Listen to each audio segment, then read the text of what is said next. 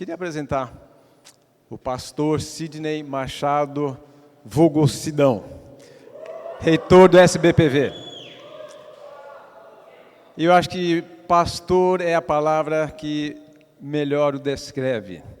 Ele foi pastor da Igreja Batista do Marapé por 23 anos, lá em Santos. E há 2 anos atrás, ele, sua esposa Marci, seus 3 filhos, Davi, Daniel e Melina, vieram para cá, aceitaram o desafio. Sidão aceitou o desafio de ser o reitor do SBPV. E nós damos graças a Deus pela vida dele, tanto o ministério dele lá na igreja, onde ele foi também pastor de pastores, desenvolveu e continua liderando esse ministério, pastoreando pastores da Baixada Santista, trazendo para cá em outros lugares, algumas vezes por ano, investindo em suas vidas. Ele tem investido em nossas vidas aqui, da equipe do SBPV e também dos alunos do SBPV. Então, eu queria orar por ele agora, que Deus te use, Sidão, para falar aos nossos corações. Pai, sou muito grato a Deus por esse homem de Deus, que é pastor. Eu peço que agora, ao abrir a Tua palavra, o Senhor fale poderosamente, através dele como instrumento, através da Tua palavra, que o Espírito Santo use. O encoraje, o dê calma nessa hora, que ele possa depender completamente do Senhor, para a sua glória e a nossa edificação. Assim oramos em nome de Jesus. Amém. Bom dia a todos. Agora, um privilégio diferente. Privilégio de estar nesse ginásio onde eu fiz tantos gols. Mentira. Eu jogava mais no gol e levava bastante. Mas, enfim, é uma alegria nós estarmos aqui nesta manhã, podendo compartilhar da palavra de Deus. Quando nós estávamos escolhendo os salmos para que cada um pudesse trazer a sua reflexão, eu fiquei com o Salmo 142, que me é muito peculiar. Eu confesso, o Jairo falou assim, você está fazendo oração errada, não faça isso. Mas eu pedi a Deus que secasse as minhas lágrimas e não permitisse que eu tivesse qualquer reação de choro, porque minha mãe sempre diz que eu sou lindo, mas quando eu choro, gente, fica feia a situação. E o Salmo 142 tem sido parte da minha história como algo que salta da palavra de Deus ao meu coração nos momentos de maiores angústias. E eu percebo no Salmo 142 exatamente esta história. Eu gostaria de, antes de necessariamente entrarmos no Salmo 142, de nos dirigirmos lá a 1 Samuel capítulo 23 e rapidamente lermos o contexto dessa caverna de Davi. Alguns entendem que, olha, pode não necessariamente ser a caverna de En-Gedi, talvez, quem sabe, a de Adulão, que seja o momento de reflexão de Davi. Foram 2 cavernas distintas na vida de Davi. Ele esteve em outras, mas a de Adulão foi uma caverna onde, logo no início da sua fuga, ele contou com a presença do pai, da mãe, dos irmãos, do cachorro, do periquito, do papagaio. Aqui em En-Gedi não, gente. Em En-Gedi a situação estava ficando muito difícil e ele se vê literalmente com uma alma angustiada sozinho, mesmo tendo 600 soldados junto com ele. Mesmo estando num oásis. En-Gedi é um oásis, um verdadeiro oásis. Quando a gente pensa em caverna, a gente geralmente pensa naquele lugar escuro e tenebroso. En-Gedi fica ali encravado ao lado do Mar Morto e sempre serviu em toda a história como um verdadeiro oásis para as pessoas que por ali passavam.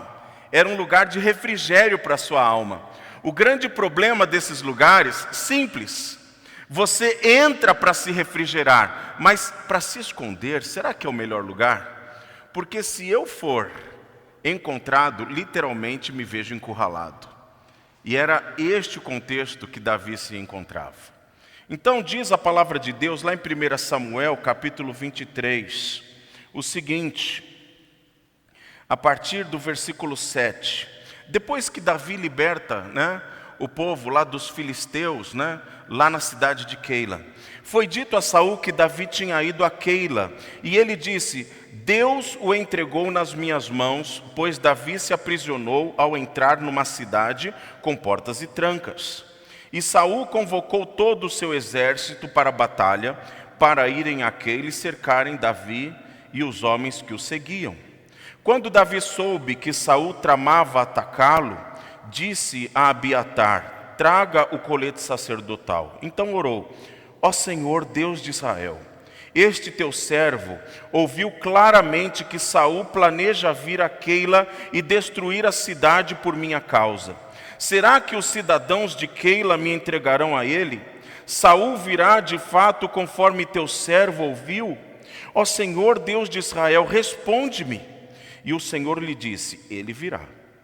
E Davi novamente perguntou: será que os cidadãos de Keila entregarão a mim e aos meus soldados a Saul? E o Senhor respondeu: entregarão. Então Davi e seus soldados, que eram cerca de 600, partiram de Keila e ficaram andando sem direção definida. Gente, totalmente desnorteados. Quando informaram a Saul que Davi tinha fugido de Keila, ele interrompeu a marcha. Davi permaneceu nas fortalezas do deserto e nas colinas do deserto de Zif. Dia após dia, Saul o procurava, mas Deus não o entregou Davi em suas mãos. Quando Davi estava em Oressa, no deserto de Zif, soube que Saul tinha saído para matá-lo. E Jonatas, filho de Saul, foi falar com ele em Oressa e o ajudou a encontrar forças em Deus. Eu vou pular para o versículo 26.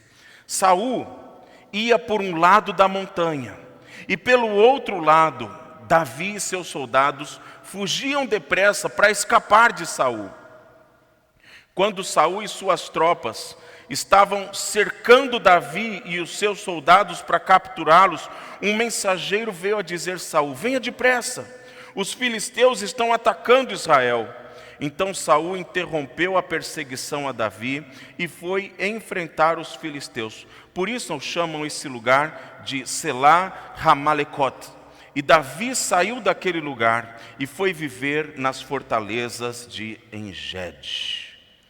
Saul voltou da luta contra os filisteus e disseram-lhe que Davi estava no deserto de Engede.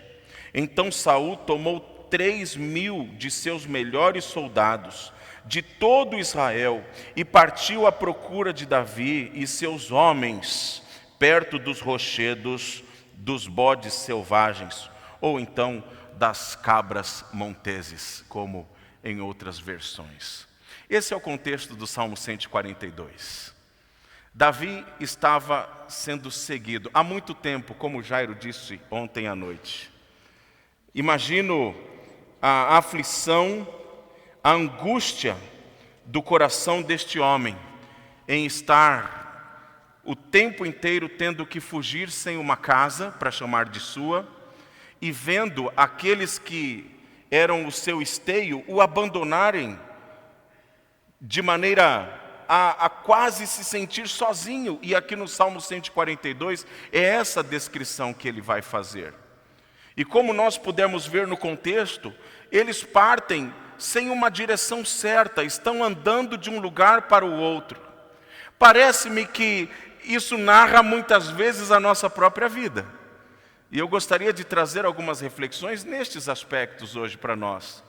Que nós pudéssemos nos identificar não com o contexto somente, mas com todas as aflições, as angústias do coração de Davi, e também pudéssemos olhar para Deus como este homem olhou para o Senhor e obteve livramento para a sua alma.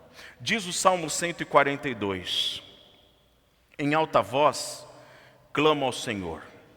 Elevo a minha voz ao Senhor, suplicando misericórdia. Derramo diante dele o meu lamento. A ele apresento a minha angústia. Quando meu espírito desanima, és tu quem conhece o caminho que devo seguir.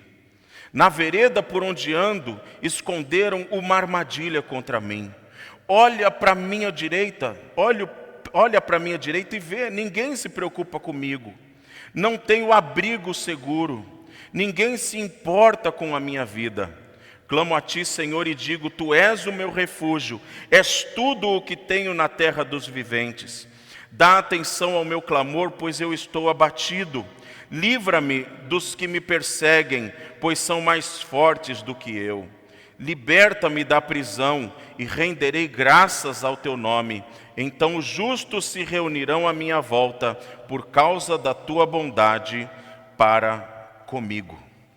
Uma verdadeira oração de Davi, quando este se encontrava na caverna, numa caverna deste oásis, deste paraíso. E isso muitas vezes acontece conosco. Nós passamos sim por momentos de brisa em nossas vidas, quando estamos, quem sabe, saindo de situações um tanto quanto delicadas da vida e não conhecedores do futuro que nós teremos, sem saber o que nos espera, nós estamos literalmente entrando em cavernas. E foi desta maneira que Davi se viu, um lugar para ele, antes um paraíso, um oásis, um lugar de refúgio, mas agora que estava se tornando um lugar de perigo, de sofrimento, de angústia. Ele via literalmente a sua morte chegando. E eu creio que todos nós temos as nossas experiências semelhantes às de Davi. O que nós devemos fazer diante dessas cavernas? O Salmo 142, ele nos traz o caminho que nós devemos trilhar. Davi escolheu trilhar o caminho da oração. É interessante fazer um paralelo, o Jairo citou ontem o Salmo 57, e Davi ali também num momento de dificuldade, ele coloca diante do Senhor, Senhor, firme está o meu coração, ó Deus, por isso eu cantarei e entoarei louvores ao Senhor. É dessa maneira que ele declara lá no Salmo 57, o seu coração está firme. Mas agora, de uma hora para outra, no Salmo 142, a realidade não é mais esta. Davi, ele descreve todo o seu sentimento, tudo o que estava acontecendo com ele, o seu coração não estava mais firme. Ele estava totalmente ameaçado. Ele diz, por exemplo, no versículo 2, que o seu coração está impregnado de lamento. Ele também coloca no versículo 3 que ele estava se sentindo cansado e abatido. E também no versículo 6, ele descreve toda a sua fraqueza. Qual o antídoto que ele usou no meio do seu sofrimento naquela caverna? A oração. E há um grande homem de Deus, um ministro metodista, bem conhecido, E.M. Bounds, foi apresentado a mim pelo meu sogro. Certa vez nós estávamos falando sobre oração e meu sogro começou a repetir de cor diversas citações de Bounds. Ele falou, você conhece? Eu falei, nunca ouvi falar. Ele falou, rapaz, você não entende nada de oração, então. Meu sogro, ele tem essa delicadeza polonesa e aprendi bastante com ele, aprendo ainda.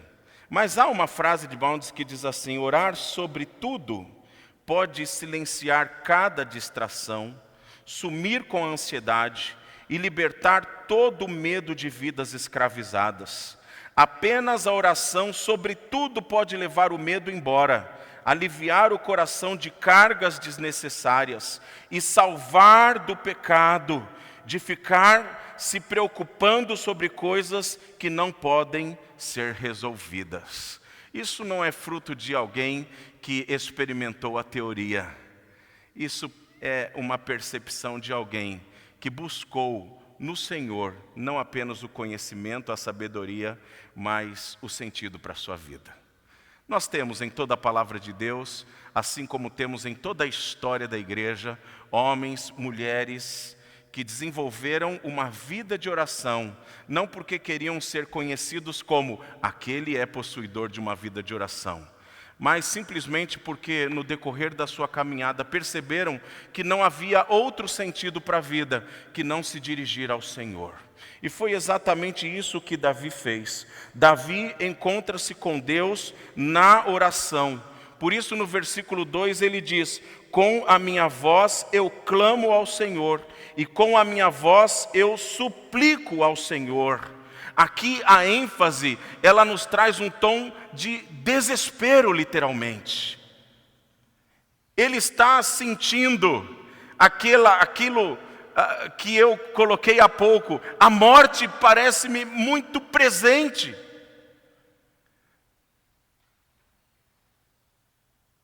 Quantas vezes eu já não experimentei isso também na minha vida?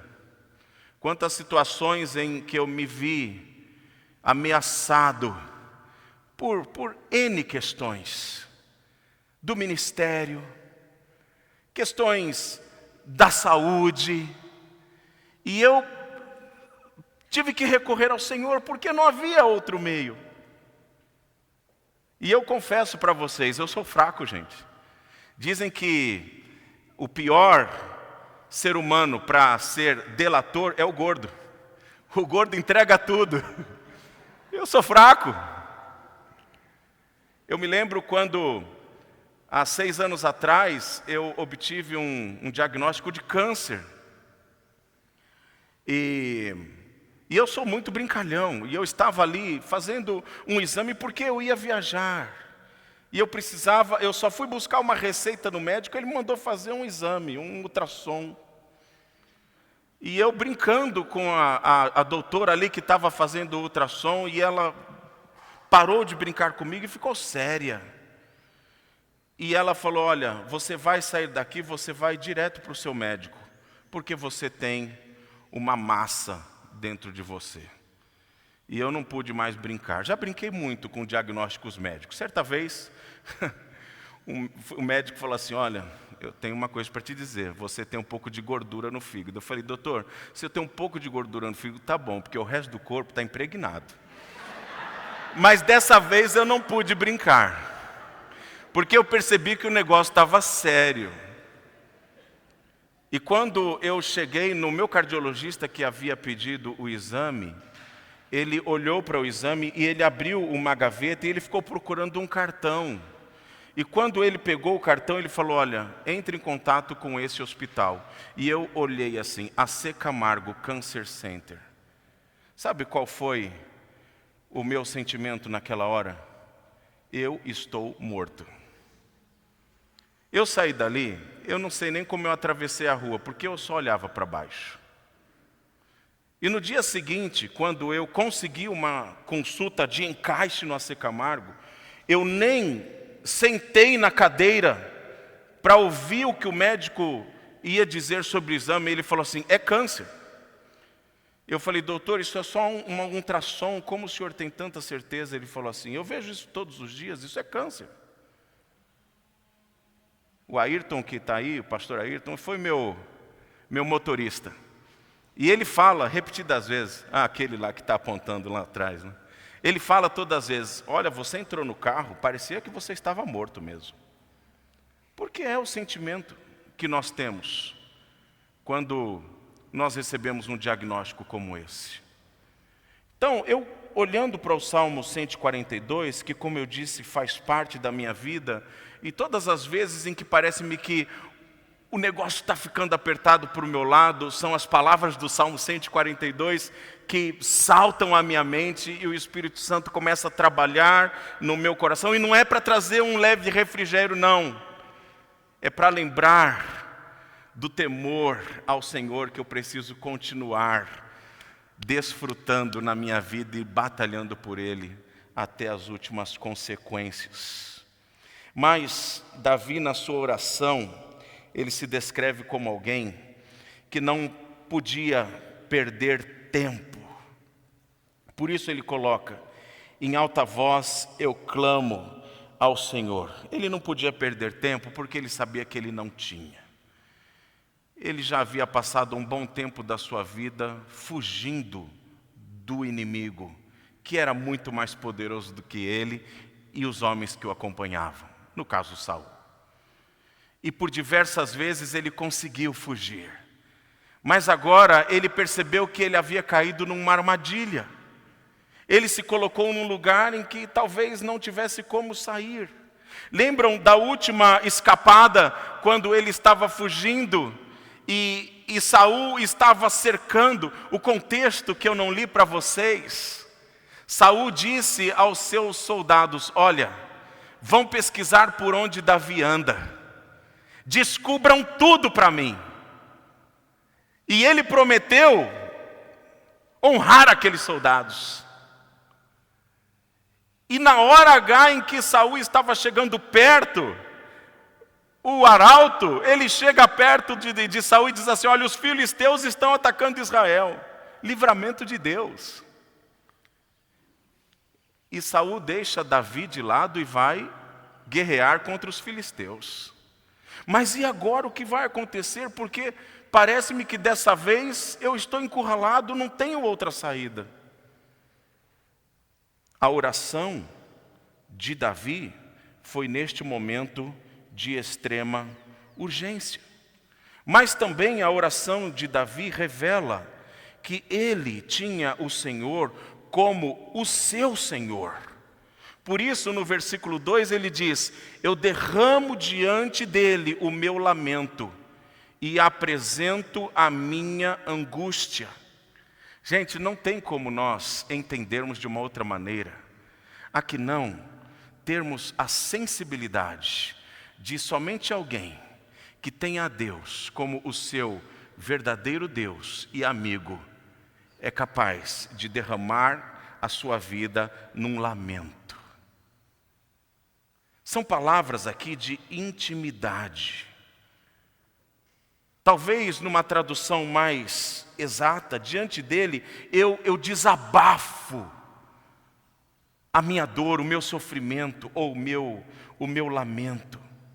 Diante dele eu exponho o estado em que eu me encontro, o meu estado crítico. Eu me derramo diante de Deus. E na prática da nossa vida cristã, quanto mais próximo de Deus nós nos encontramos, isso se torna mais evidente.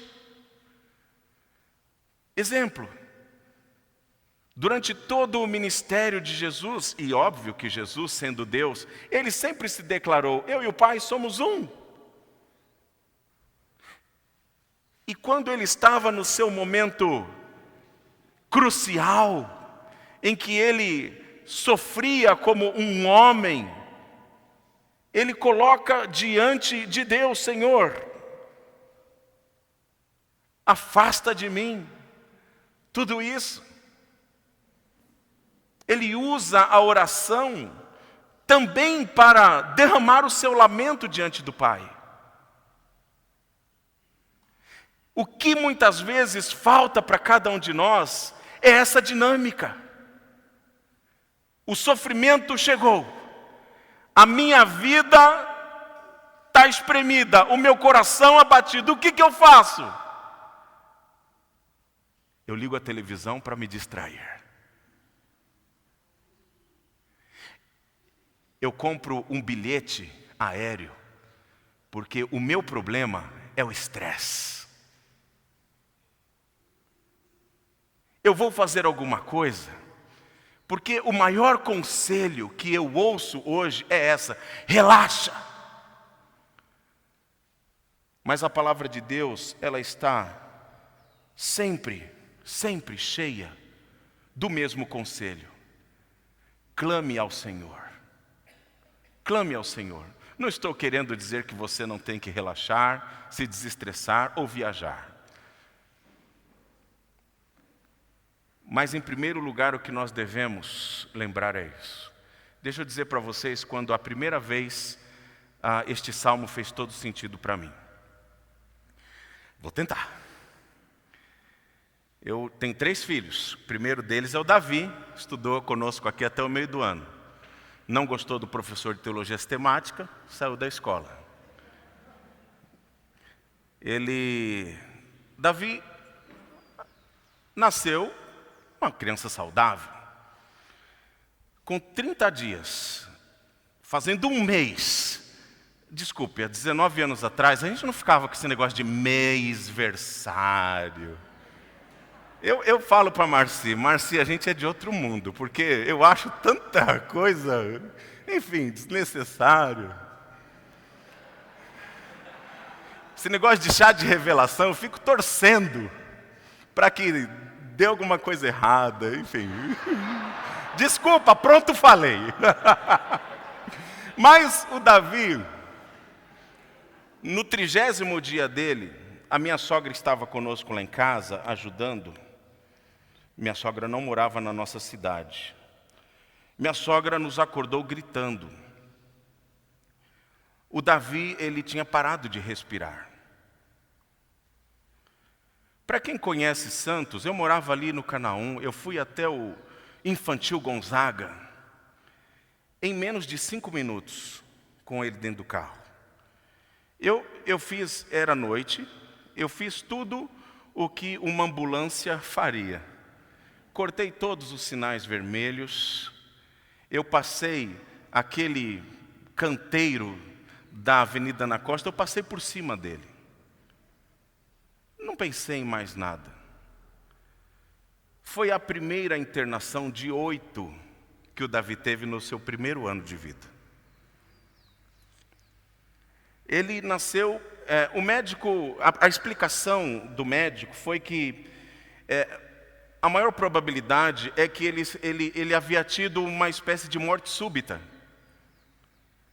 Mas, pelo fato da minha sogra estar ali acordada e vendo tudo aquilo, ele foi salvo a tempo. Mas foi colocado naquelas cabaninhas de oxigênio, sei lá como que se chama isso. Tenda de oxigênio, né?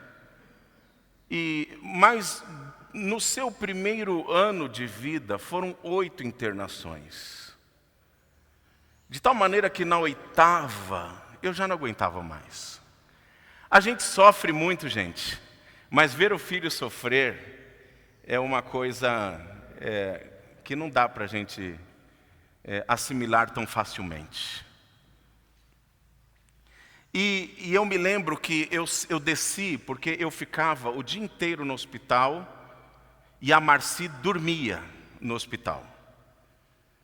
E eu me lembro que eu desci numa hora que a Marci chegou, e eu fui ligar para o meu sogro. E eu simplesmente peguei no orelhão e falei, olha, Carlinhos, meu sogro tem quase 2 metros, né? Mas Carlinhos, eu não aguento mais. Eu não aguento mais. E eu não questionei ao Senhor, mas eu só expus o meu limite de aflição. E aí o meu sogro, ele leu o Salmo 142 para mim.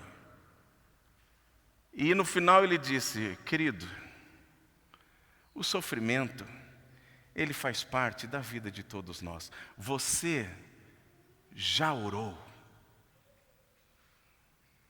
E eu parei para pensar e falei, gente, eu passei a tarde inteira olhando para o meu filho. E naquele dia eu não havia orado ao Senhor. Esse é o nosso coração. Muitas vezes é isso que acontece conosco. Nós esquecemos o que a oração significa para nós. Mas nós temos na palavra de Deus N exortações de como precisamos desenvolver uma vida de oração. Há um tempo atrás, um amigo meu, diante do seu sofrimento, ele falou assim: eu vou trocar. É claro, ele falou isso brincando. Ele falou: eu vou abandonar tudo e vou para um monastério. Eu disse: não vai resolver. Porque a delícia da vida é nós enfrentarmos todas as adversidades, sabendo que nós jamais teremos o controle sobre elas. Mas é Deus, não apenas que nos conforta e nos consola, mas é Deus quem permite, é Deus quem tira, é Deus quem comanda tudo aquilo que acontece conosco. Por isso nós devemos clamar ao Senhor. Nós devemos fazer isso. Eu sei que nós temos a correria do nosso dia a dia, e não é fácil, né, gente? A gente encontrar um tempo para orar a Deus. E nós somos tentados a viver a vida como se oração fosse, literalmente, secundário em termos de importância. A oração, gente, ela é primordial para aqueles que desejam nutrir um verdadeiro relacionamento com o Senhor. Para sair da caverna, nós também precisamos de atitudes corretas.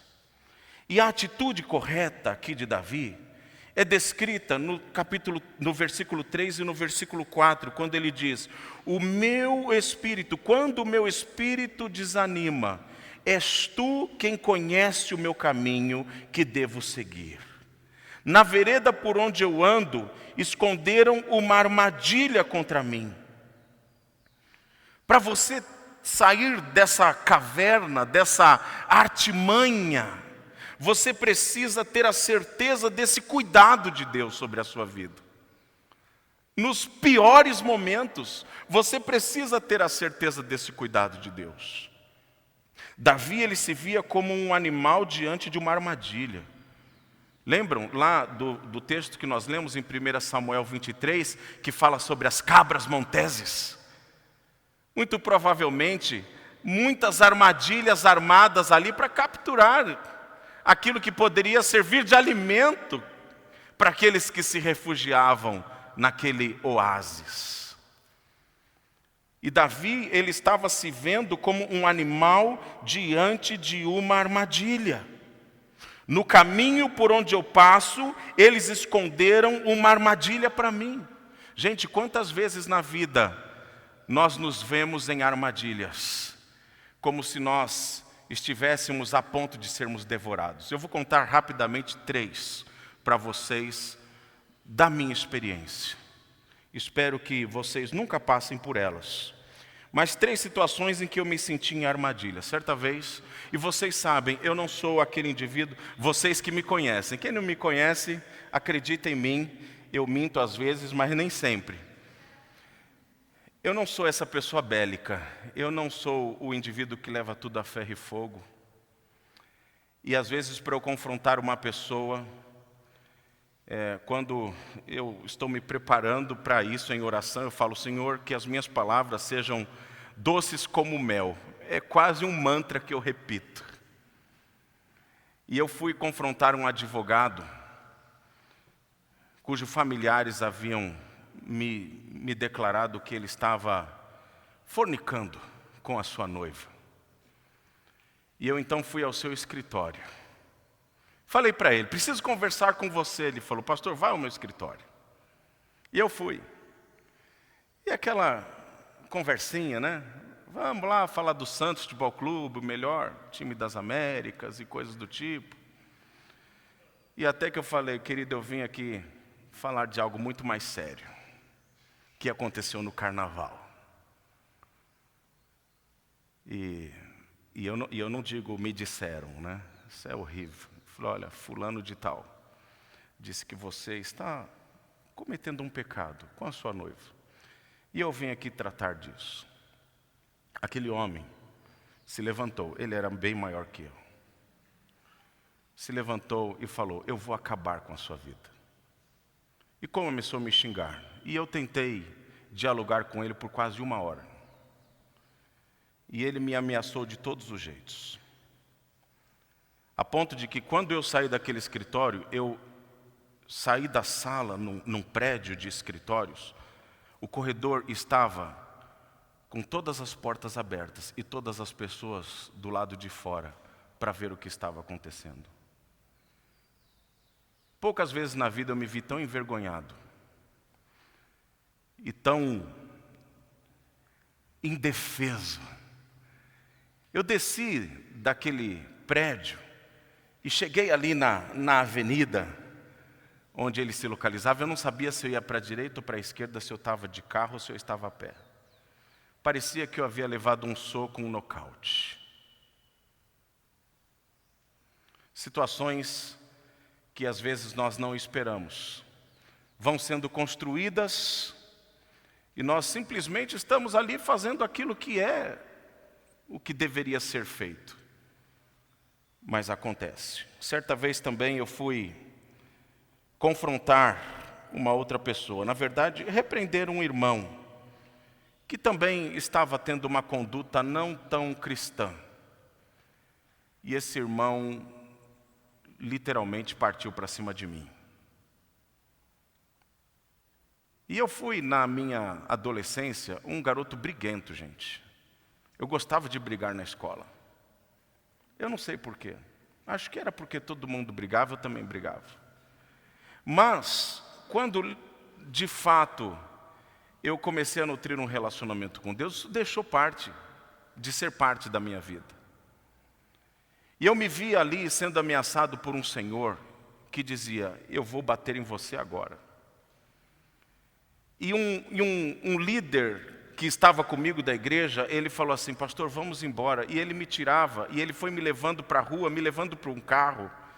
E esse indivíduo ia atrás de mim, querendo me bater no meio da rua. Foi mais uma vez em que eu me senti não apenas humilhado, mas perguntando: Senhor, por que dessas situações, se eu estou fazendo a tua vontade? Há uma outra também, só desgraça, né?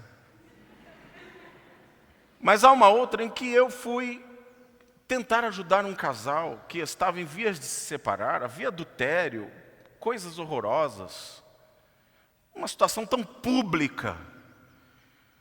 Mas eu fui com a palavra de Deus, e isso faz muitas diferenças, né? E naquele momento do aconselhamento, a esposa falou assim: olha, está claro, não existe mais possibilidade. E no caso, a traição era de um lado e de outro. Ninguém era santo na história. Eu não te quero mais. E ali na minha frente eles resolveram romper definitivamente o seu relacionamento. Eu fui para casa muito triste, porque a gente sempre se sente participante da derrota. Mas a filha começou a me ligar a madrugada inteira e ela gritava dizendo: você acabou com o casamento dos meus pais. E eu entrei numa espiral assim, gente, como se de fato a culpa fosse minha. E mais uma vez eu perguntei: Senhor, por que essas coisas acontecem se eu estou somente tentando cumprir a sua vontade? O Salmo 142, ele nos ensina a termos esta convicção de que Deus exerce um cuidado sobre as nossas vidas, e nós precisamos entender esse cuidado de uma maneira plena. Mesmo que eu me veja caindo em armadilhas, eu não posso me dobrar a isso.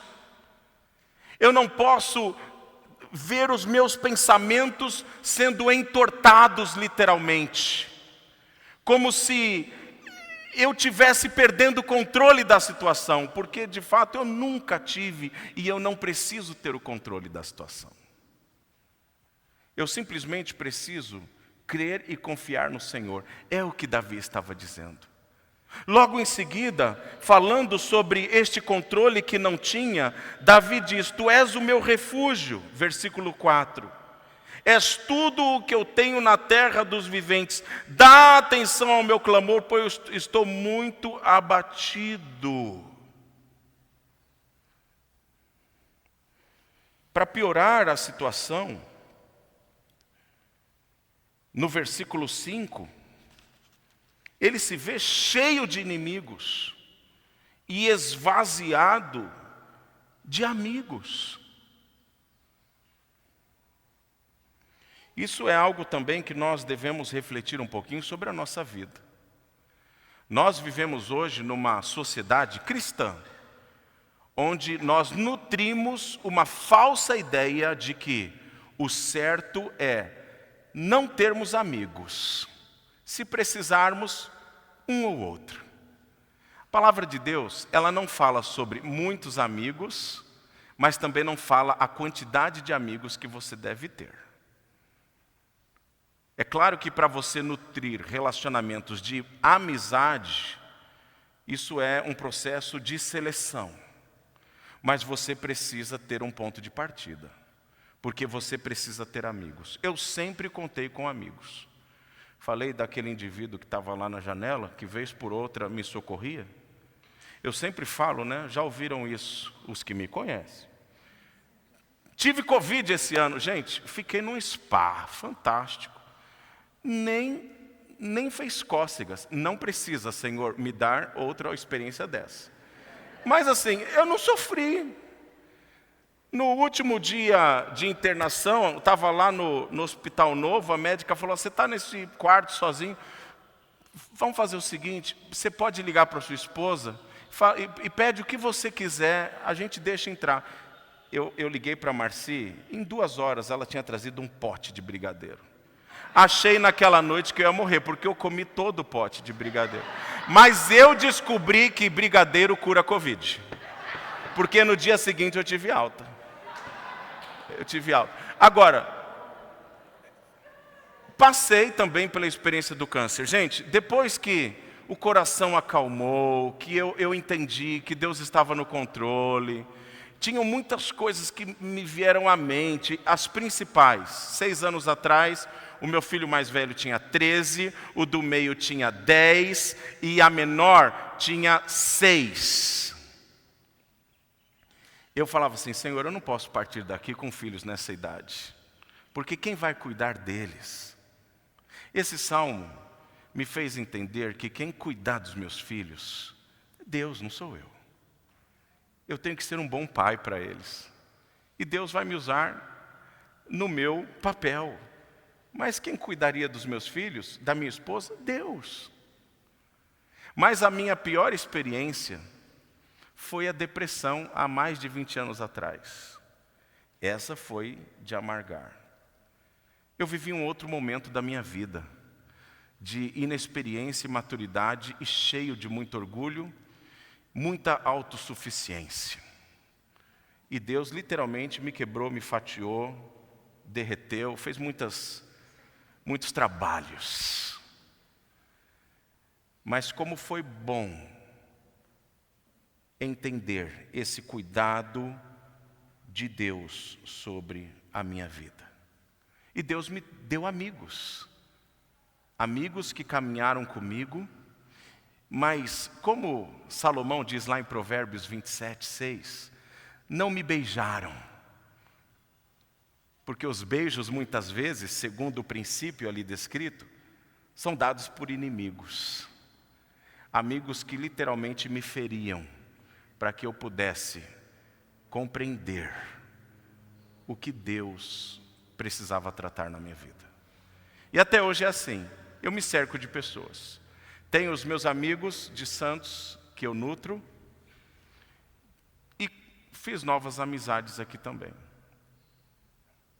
Semana passada, minha alma estava muito abatida, angustiada.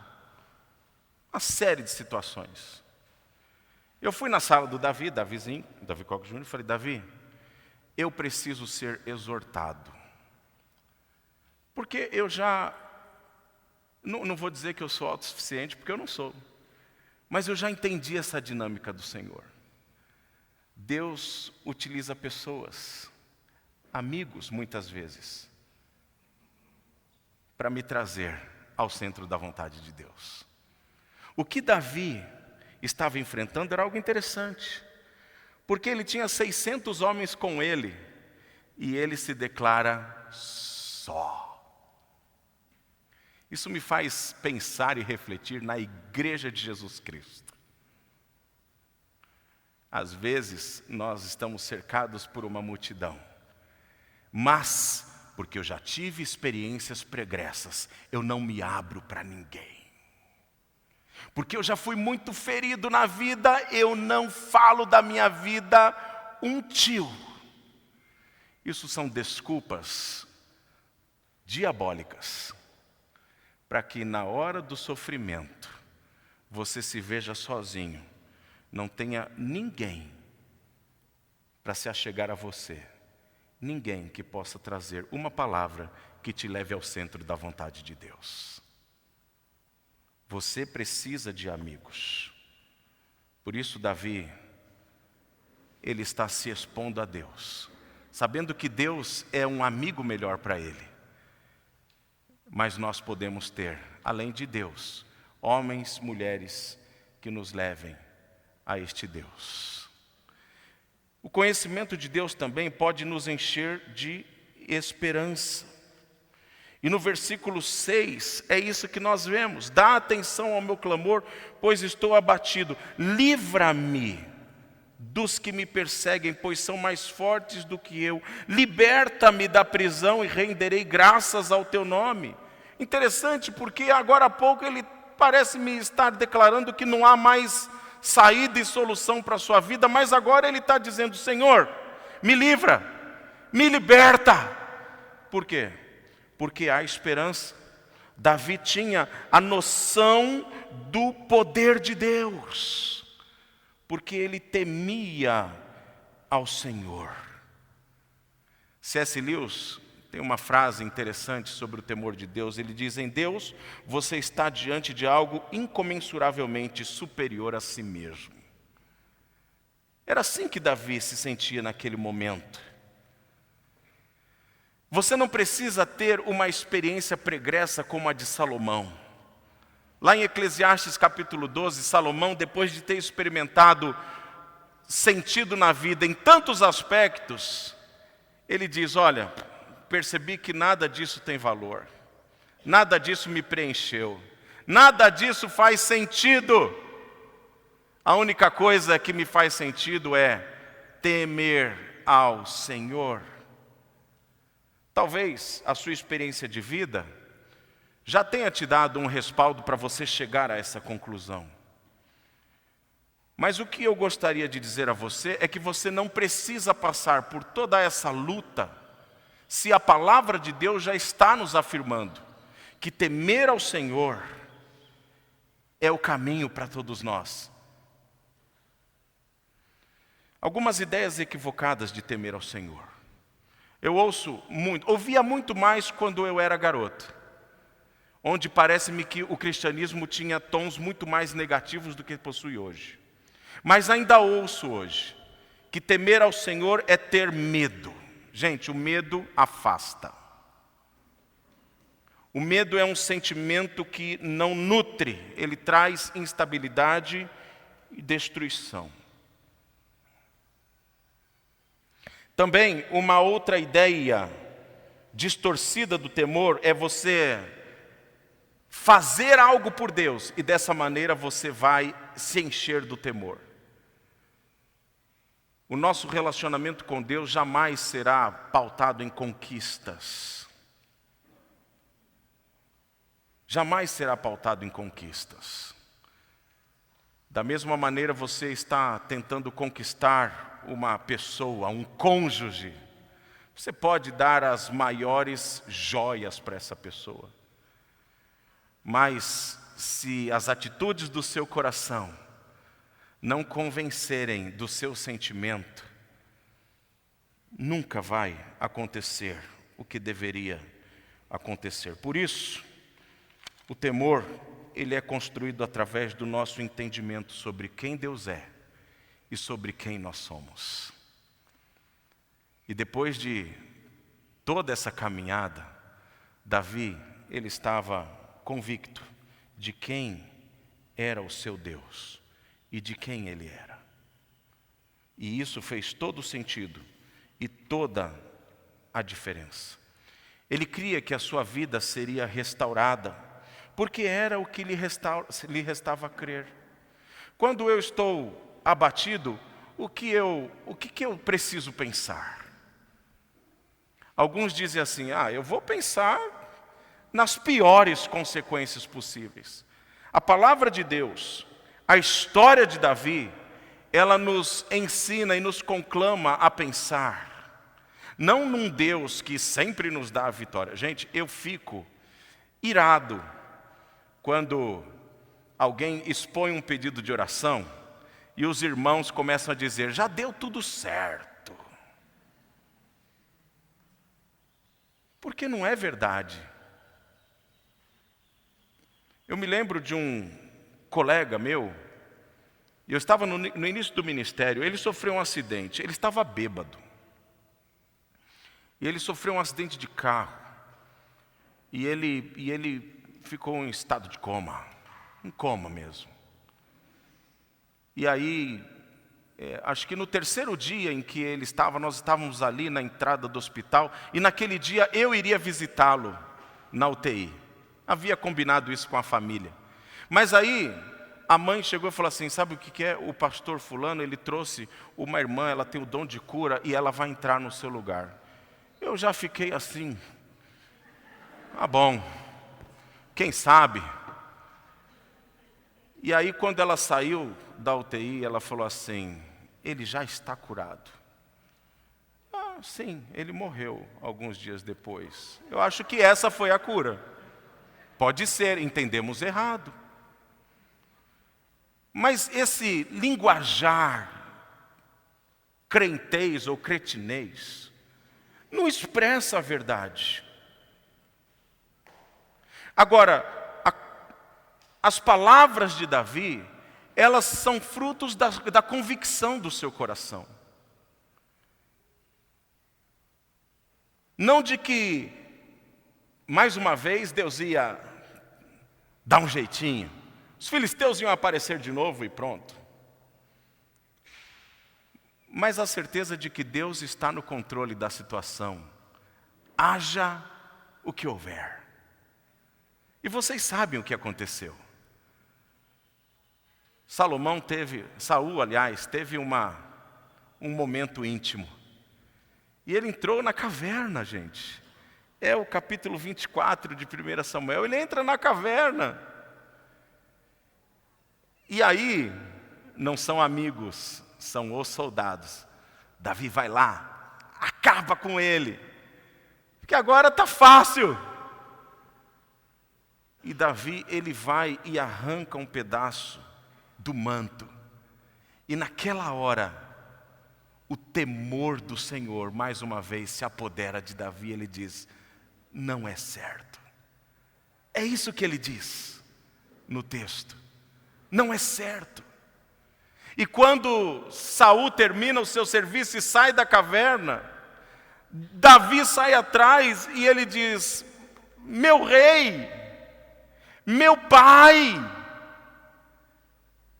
E ele mostra o pedaço do tecido, porque ele poderia ter terminado com aquilo. Deus providenciou o livramento mais uma vez.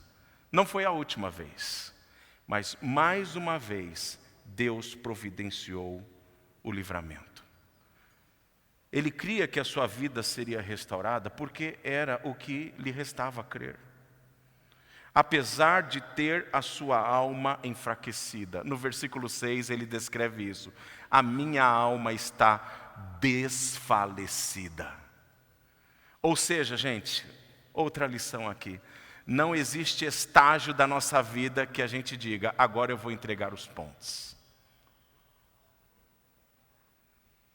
A gente pode estar literalmente no nosso leito de morte. E eu não estou falando aqui de você ficar clamando pela sua cura.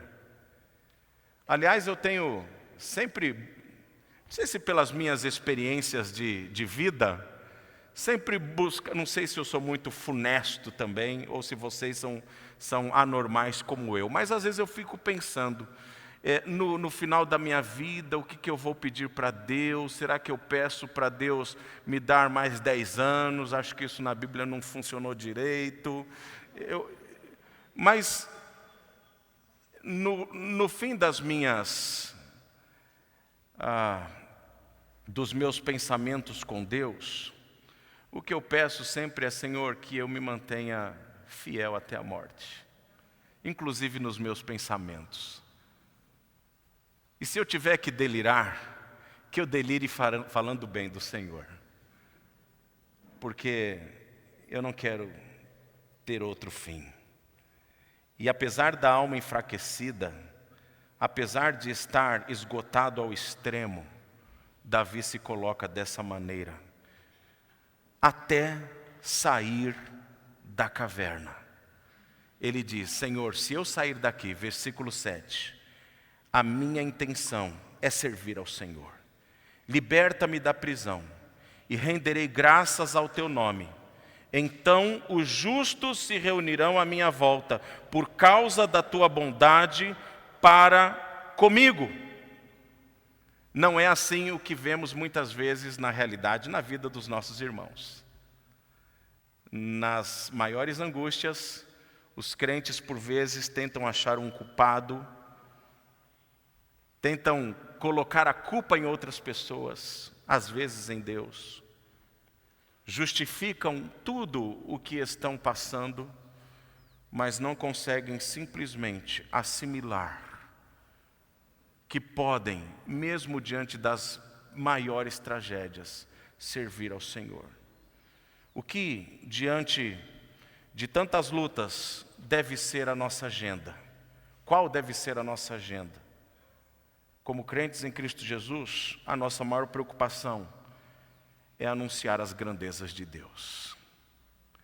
É lembrar que coisas ruins acontecem, mas se eu estou passando por elas, que Deus seja glorificado. Eu gosto muito de ler biografias e missionários. Esse ano eu li 10. Uma delas foi da Isobel Kim. E muitos aspectos da vida dela me chamaram a atenção. Essa missionária canadense, fantástica. Ela tem muitas partes da sua biografia que me chamam a atenção, mas uma delas é que, num dos retornos dela e do seu esposo, que estudaram juntos no Moody, lá em Chicago, eles foram lá para a Pensilvânia para participar da partilha. Os pais do esposo haviam falecido, então ela foi participar da partilha. E o esposo chegou à conclusão, olha, nada do que eu estou recebendo nós precisaremos. Vamos dar tudo isso para seminaristas, para missionários, para que o reino de Deus continue crescendo. Não ficaram com exatamente nada, a não ser um pouco para comprar uma pequena casa para os filhos. E até uma das alunas que recebeu uma oferta, aluna do Moody, falou assim, olha, muito obrigado, chegou na hora certa, assim que eu tiver um dinheiro eu vou devolver. E ela escreveu novamente uma carta e disse assim, você não precisa devolver. Eu não estou fazendo empréstimo. Eu estou investindo na sua vida. E ela voltou para a China. Segunda Guerra. O negócio ficou feio. E ela teve que fugir. E na sua biografia, o que mais me impressionou foi que ela e o esposo se separaram naquele momento. O esposo tinha uma missão a cumprir e ela tinha outra. Eu sei que a gente não pode concordar com tudo, mas foi isso que aconteceu. Mas na sua biografia diz exatamente isso. Enquanto ela fugia da China, A sua maior preocupação era anunciar as grandezas de Deus. Anunciar as grandezas de Deus, mesmo tendo um filho pequeno com ela. Chegou a um momento em que ela não tinha nem como sair da China, porque precisava de dinheiro para que alguém tirasse de lá.